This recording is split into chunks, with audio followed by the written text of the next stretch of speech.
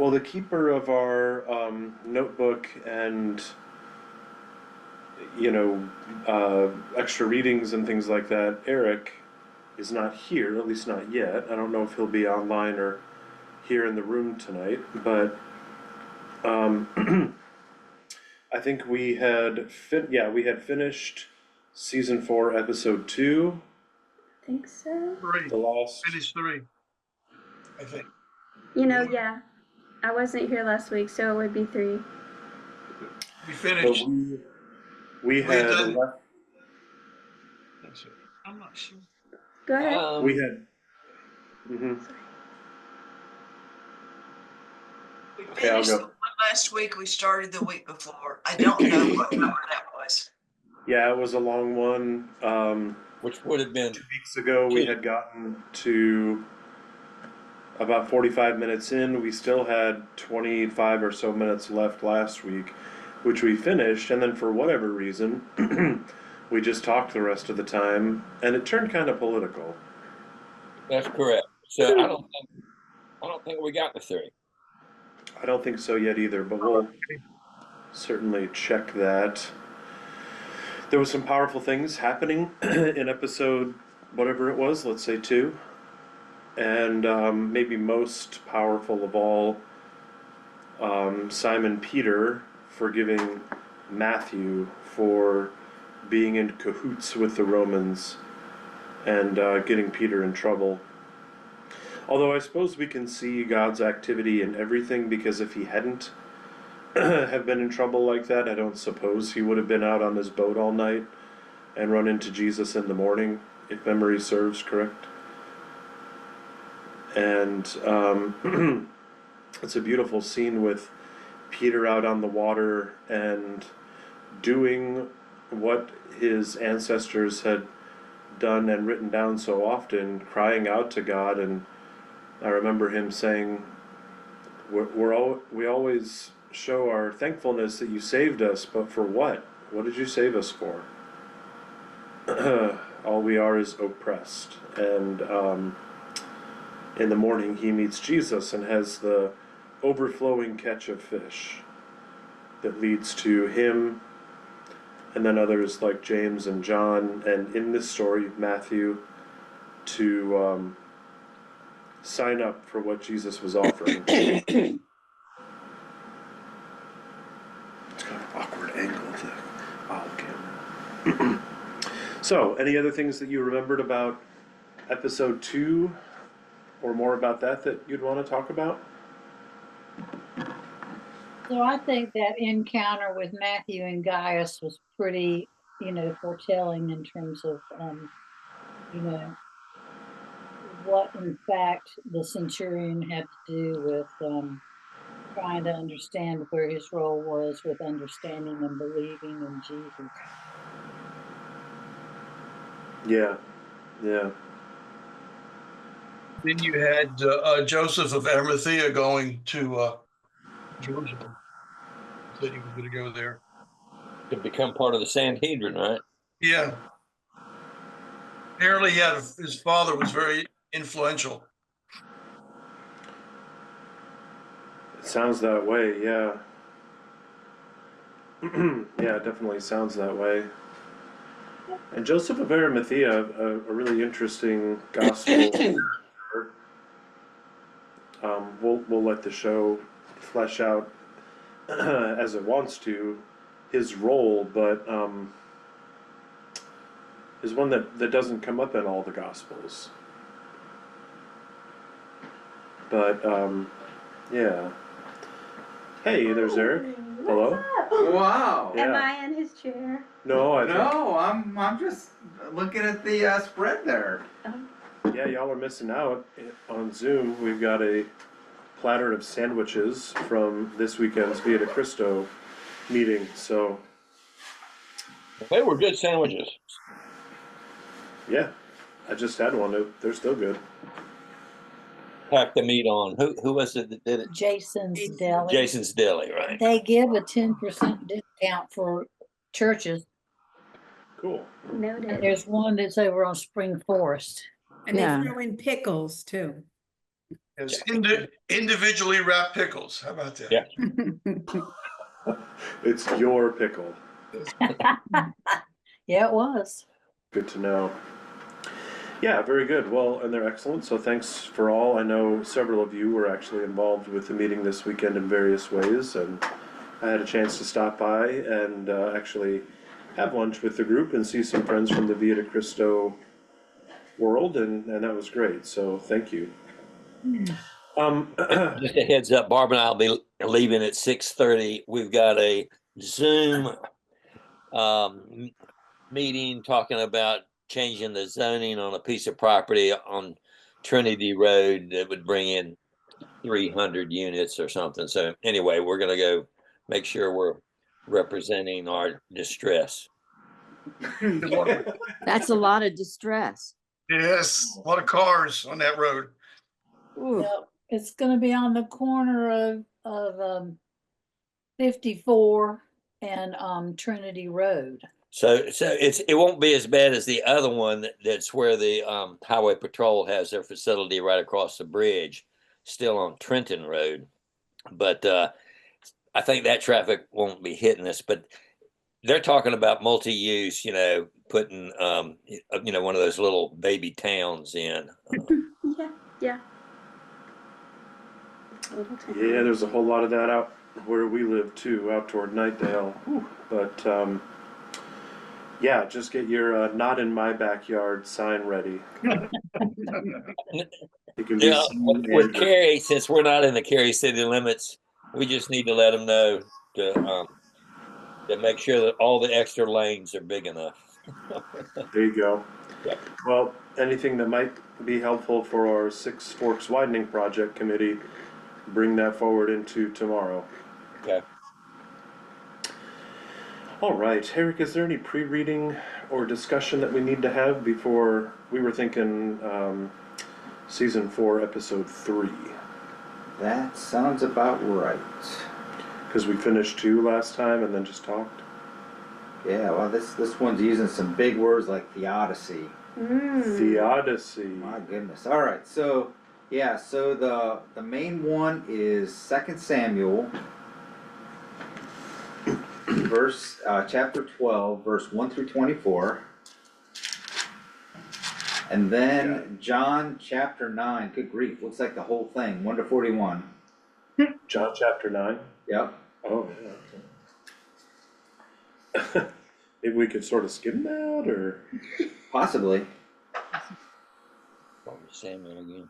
Well, I've got 2 Samuel chapter 12. Would that be helpful just to go ahead and start? Yeah, go ahead and start with that. I'll find the John reference and see if it's worthwhile. 1 through 24. Yep.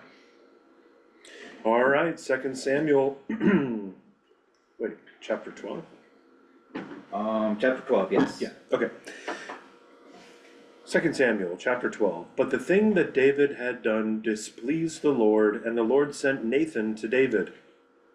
He came to him and said to him, "There were 2 men in a certain city, the one rich and the other poor.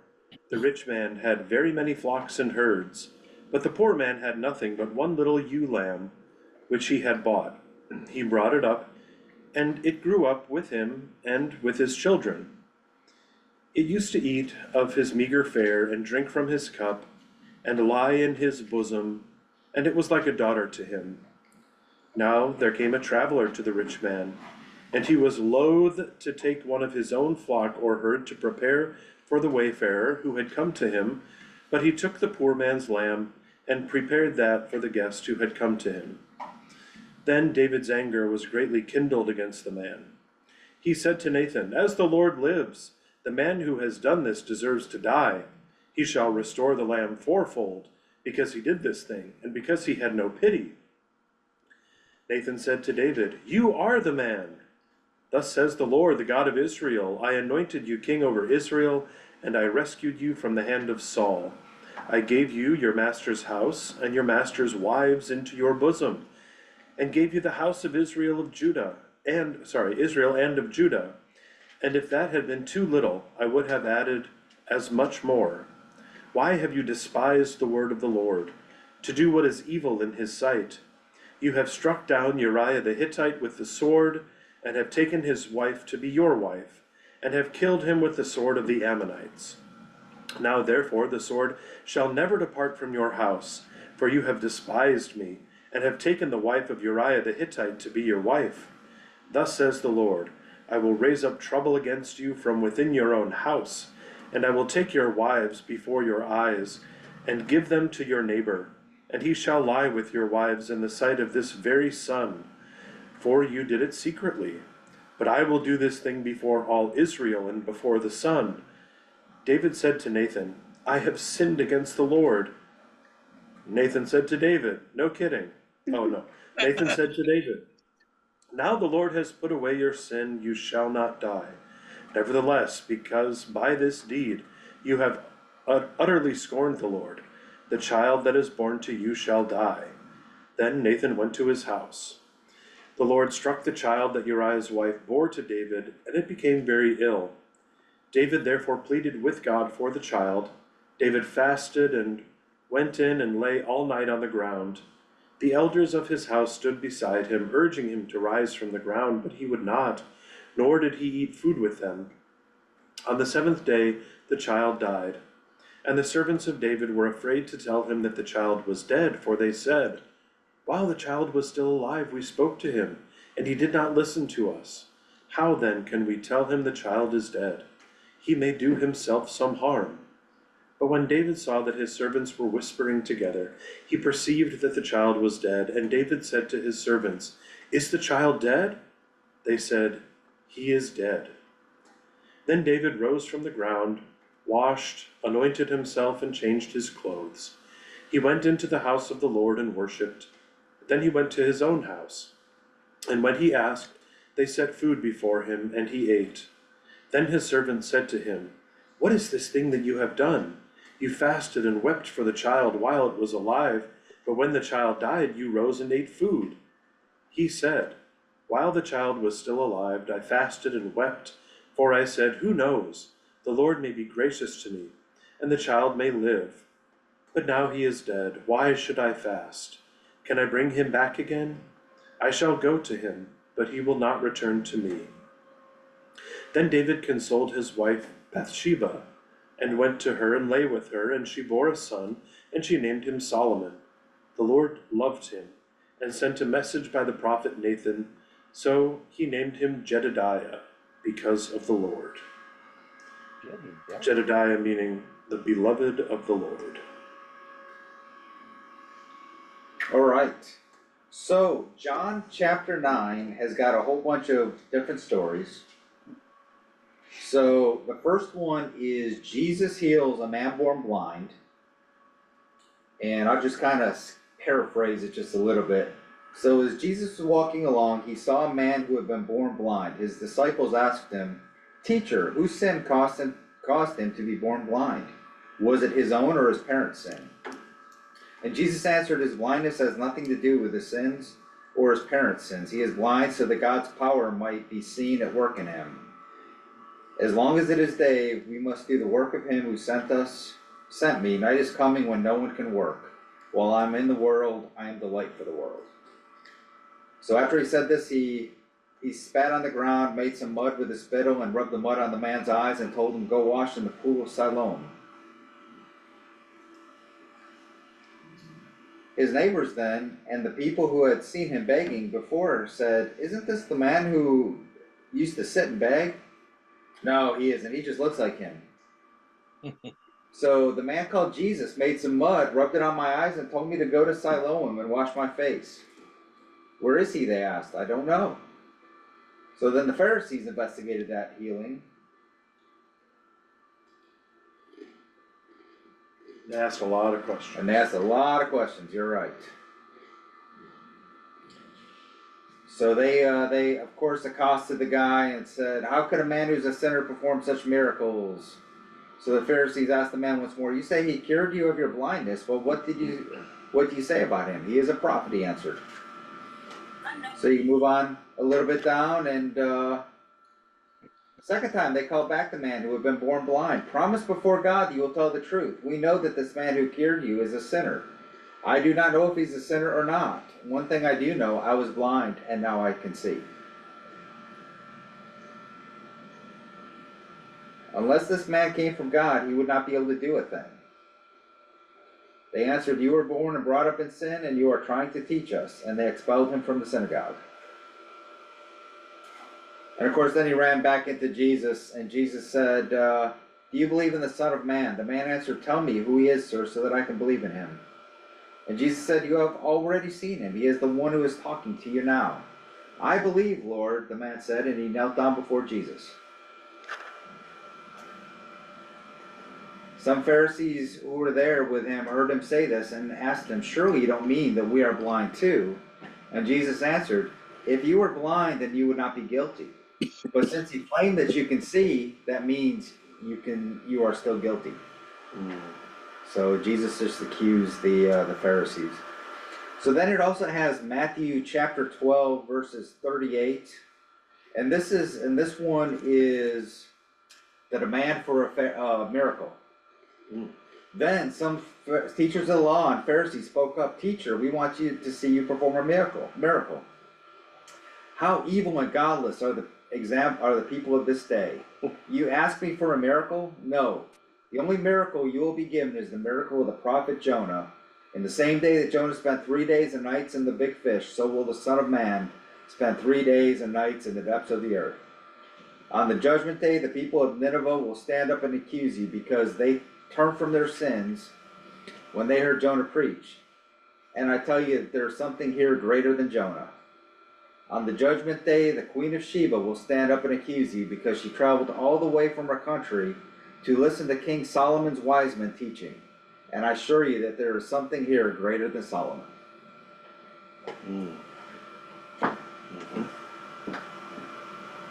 All right, so there is a warning here. Apparently, this episode contains material not suitable for children. Right. Whoa. So we're gonna have to ask Vicar Natalie to leave.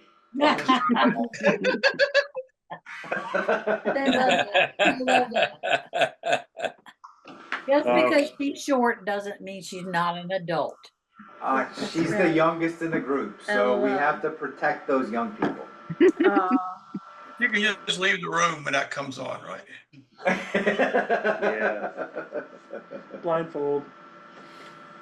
Mute your screen. Okay. Yeah, very, very interesting teaching from Jesus there about the sign of Jonah and how he relates that to being dead for 3 days. And how he says, he reminds us of the story, the Assyrians changed their ways because of the preaching of Jonah, but if you remember, Jonah really is not much of a preacher. He says, 40 days more and Nineveh will be destroyed. And they all go, "Oh, okay." So I wish I could preach like that. I know. Right. If we could get half the good comments that he got on a Sunday.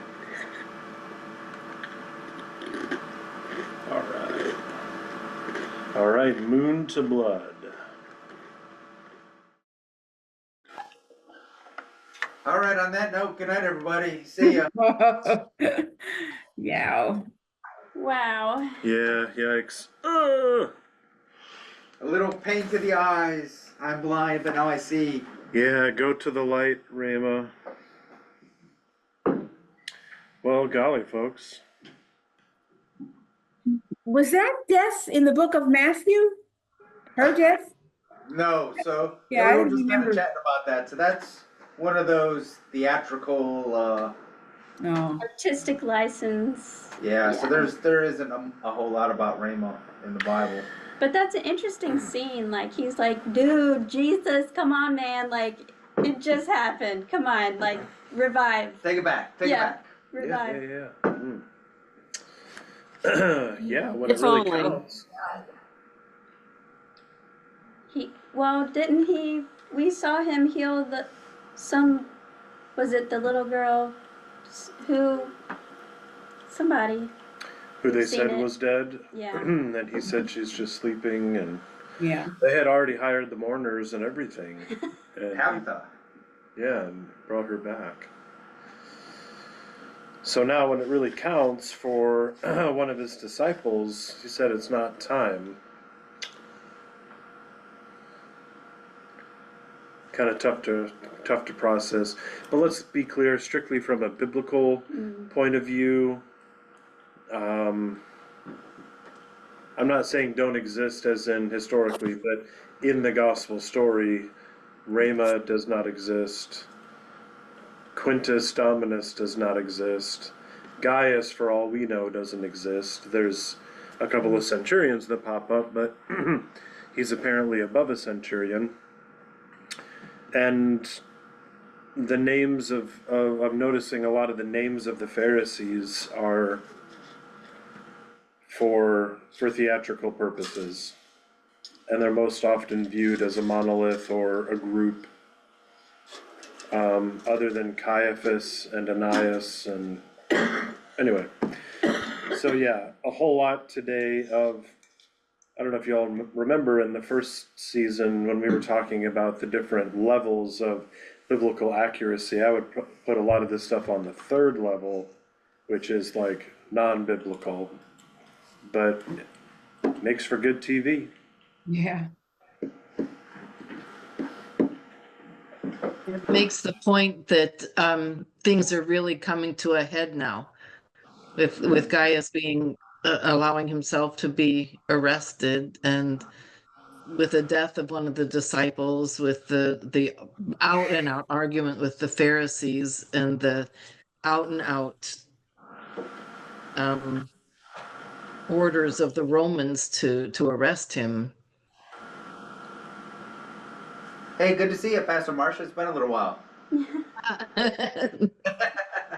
We had that discussion before you arrived. Yeah, Jason and his family went home a couple days ago, and so I didn't make the trip into town, but Zoom. No, that's perfect. That's perfect. Yeah.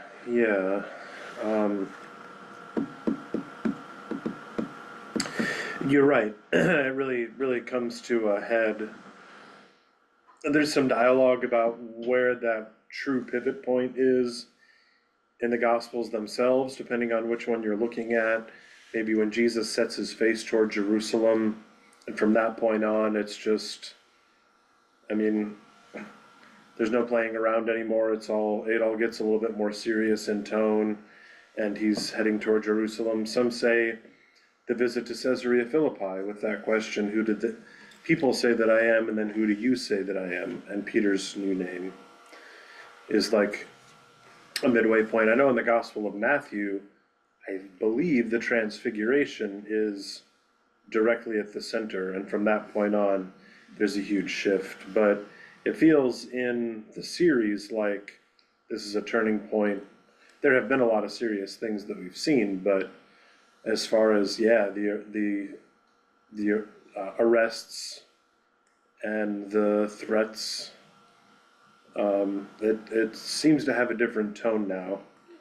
And as a theaters, as producers, I don't think that they would allow lovely Rama to die without things shifting in tone. Yeah.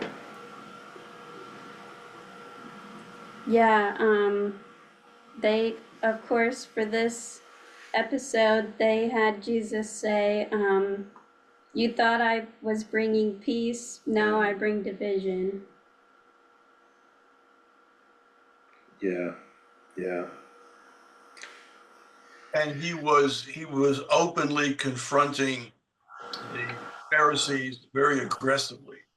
Yes. It was almost like he was intentionally trying to start an argument with them. Yeah, I'd say fully.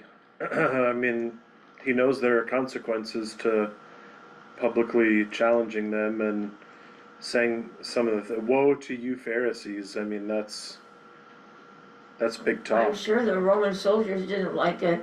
All the crowds, getting all riled up, and they didn't want to deal with it. Right.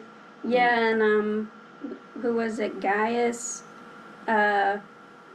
Well, they said, like today's going to be a career-defining day for the other guy. For Quintus. Yeah, probably the same for Gaius. Yeah. And as much as we think of the Romans having absolute power, which in day to day may be true, but they still have crowds to deal with. Yeah. Technically, in the moment, they're still outnumbered. And so to kill a young lady from the community, I'm guessing is gonna have some serious consequences. And I haven't seen ahead, but I'm guessing Gaius is not gonna be arrested for very long. But we shall see. And Gaius was the fiancé of the young No, girl that no, was. that was Thomas. Thomas, Thomas. yeah, Thomas had proposed to her in this episode, and then she's gone. She's gone. Oh, well, Thomas was the one that, when, after the crucifixion, you know, he said he wouldn't believe until he saw That would be the same Thomas, yeah. Yep. until he saw his hands Same Thomas. and his side, if it was really him. Yeah, so a lot of this, I think a lot of the character development is based on what we do have concretely in the scriptures, and so this character, Thomas, is extremely practical. I think that's probably the best way to put it. Next to Matthew, maybe the most, OCD. say it as you see it, yeah, Literal, maybe. yeah, literal. And in that one scene, they were trying to get Jesus away from the crowds, you know. Yeah, it was getting dangerous. But if you remember the conversation between Thomas and Reyna, which felt like a proposal, but it really, they were just kind of talking details. And he said, "You asked Eden for advice about being married? But me and Peter are very different people," which is a really good character contrast because Peter is a lot more likely to spout off, but Thomas is so very practical and calculating. I don't mean that in a negative way. But I wonder if maybe we feel the pain a little bit more because he feels like he can kind of control and direct things in his practicality. And Rena getting stabbed certainly wasn't part of the plan.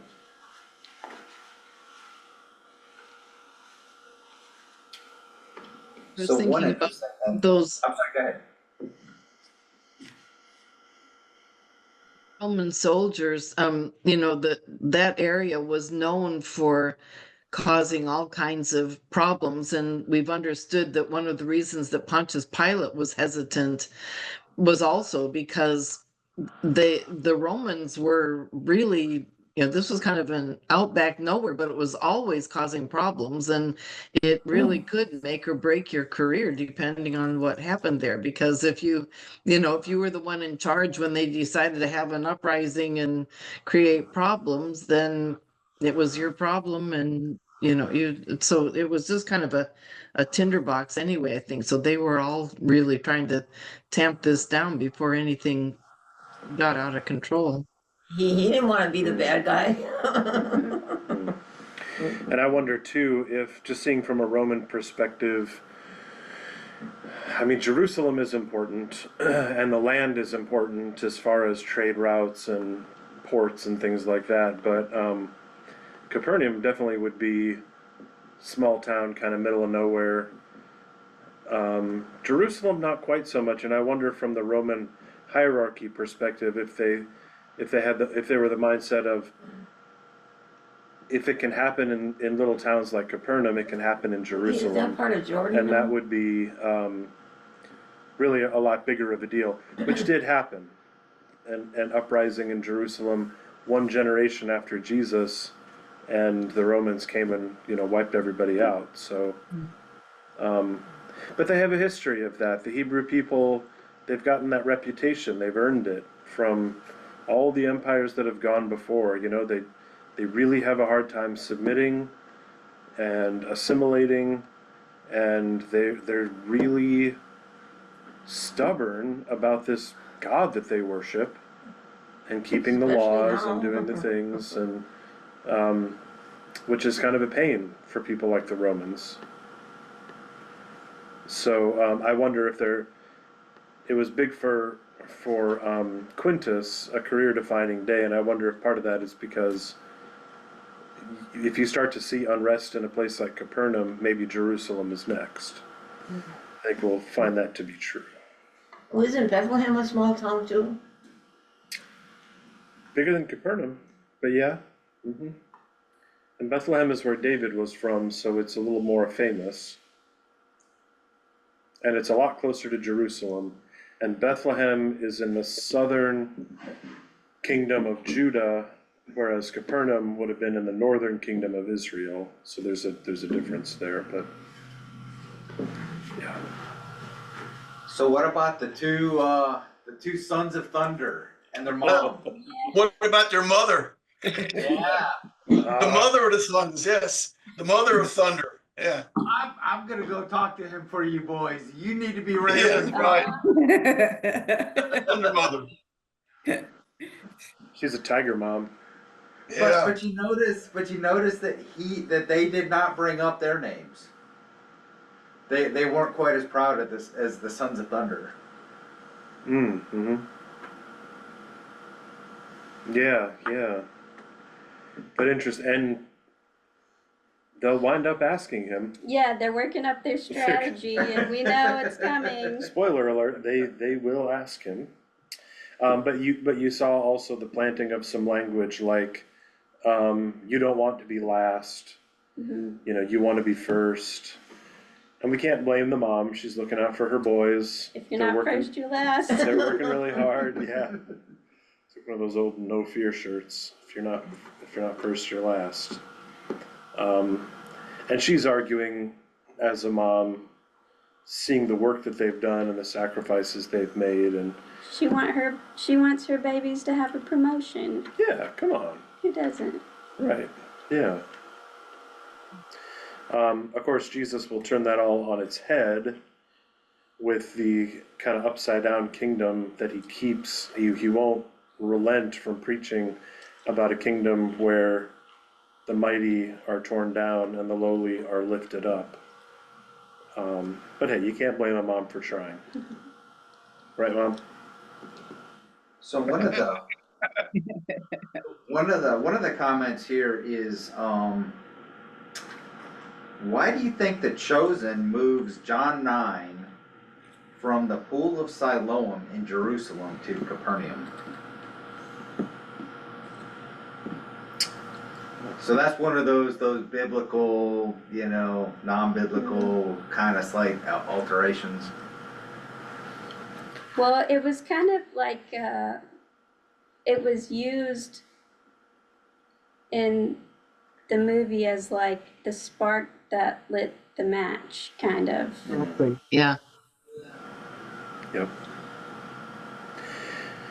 Which is kind of true in the Gospel of John.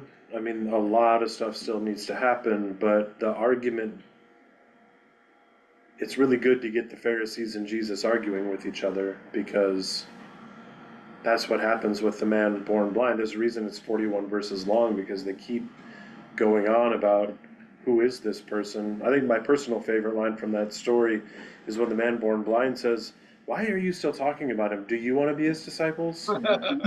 Oh yeah, that's right, I forgot, yes, I didn't read that part. Yeah, no, it's good, it's fine. And they're just that much more ticked off because of that. But moving it from Jerusalem to Capernaum, boy, that's a good question. I wonder if in this series they figure once they make it to Jerusalem, the audience knows where it's headed very quickly, even though in the gospel there's chapters of things that happen, They don't want it to look like they're stalling.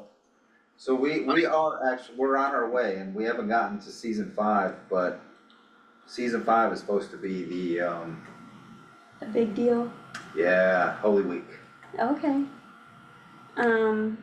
So I'm curious if season 6, season 7 are then, like Acts and, Oh, maybe. yeah, it'd be interesting to see. Acts in the early church.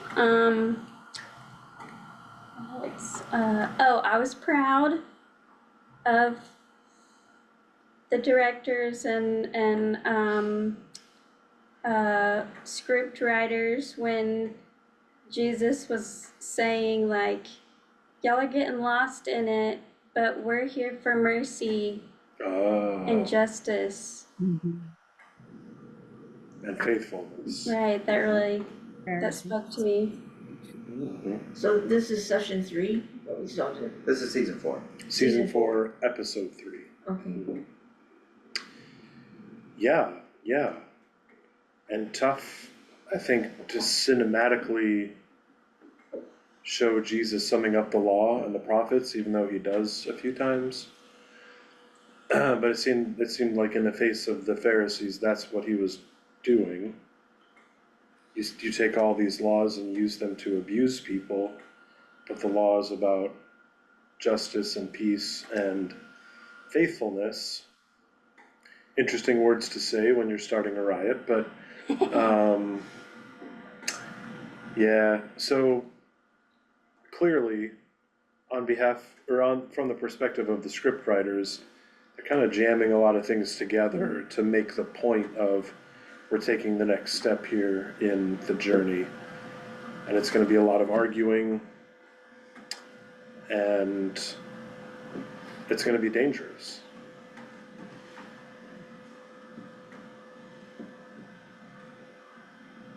Yeah.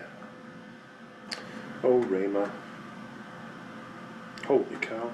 Yeah. It's after 7:30, y'all. It's 7:35. Okay. Okay. Yeah. Okay. Okay out there in Zoom land? Yes. Yep. Tommy and Barbara, I'm a little worried that you missed your Yeah, what happened? Meeting. You guys did all your protesting and you're done? It was the very first public meeting, and we got the framework of what was going on, and the questions all were from people who live right beside it. I mean, in truth, we're almost a mile and a half away. so they had We're their 2 miles.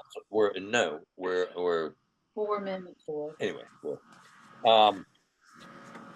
It's what's really strange is the person I kind of know who his family owned most of this land is holding like 3 acres with his Tudor mini mansion in the middle of it and having all this development going around it. Oh wow. Yeah, so he probably had a not in my backyard poster. Well, but Oh. they have, this property has got, a main creek in it, and so they've got a greenway buffer around the whole thing.